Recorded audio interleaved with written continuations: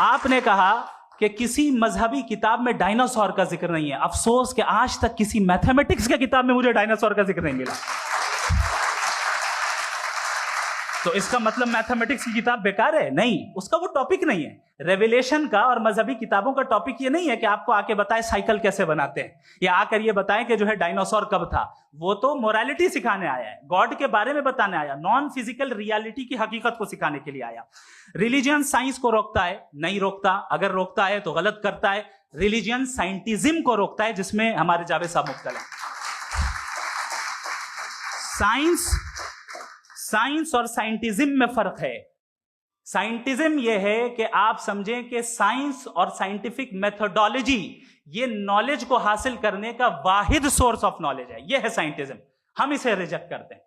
हम साइंस को तो तरक्की करते हैं। भाई आप हमारी पूरी तारीख कर लें, पढ़ लें तो आपको पता चल जाएगा। बहरहाल ये अलग टॉपिक है। उसके बाद इन्होंने एक लफ्ज कहा, वेटिकन ने फतवा दिया। वेटिकन का फतवे से कोई ताल्लुक नहीं है, दोनों कॉन्ट्राडिक्टरी अल्फाज हैं। उसके बाद उन्होंने कहा कि भाई हमें नहीं मालूम। अगर नहीं मालूम तो क्लियरली कह देना कि नहीं मालूम है, इसमें क्या हर्ज है? तो वही तो मैं कह रहा हूं ना कि आप कह दें कि नहीं मालूम, लेकिन क्लेम क्यों कर रहे हैं कि गॉड एग्जिस्ट नहीं कर रहा है?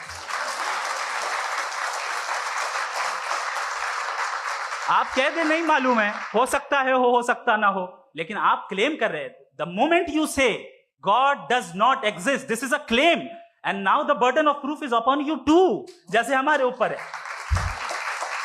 और क्यों है मैं बताता हूं, क्यों है ये भी मैं बताता हूं।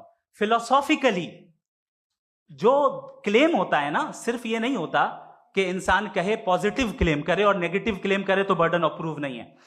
आप मिसाल के तौर पे मैं कहूं कि फुला उस कमरे में कोई नहीं है, मैंने एक नॉलेज का क्लेम किया है। उस कमरे में कोई नहीं है, मैंने एक नॉलेज का क्लेम किया। या तो मैं कहूं मुझे नहीं पता, हो भी सकता है नहीं भी हो सकता है, this is not a claim. लेकिन जब मैं कह रहा हूं कि वहां कोई नहीं है, या मैं कह रहा हूं वहां कोई है, दोनों क्लेम है और दोनों के ऊपर बर्डन ऑफ प्रूफ है। हमारे ऊपर भी बर्डन ऑफ प्रूफ है। मैंने कंटिजेंसी आर्ग्यूमेंट दिया, इसे तोड़कर दिखाइए।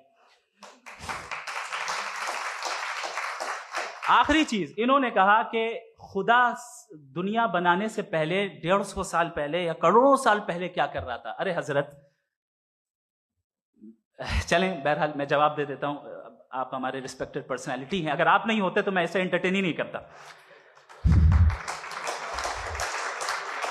टाइम, ये 100 साल पहले या 100 साल बाद, पहले बाद में अभी, ये वो अल्फाज हैं जिनका ताल्लुक टाइम से है।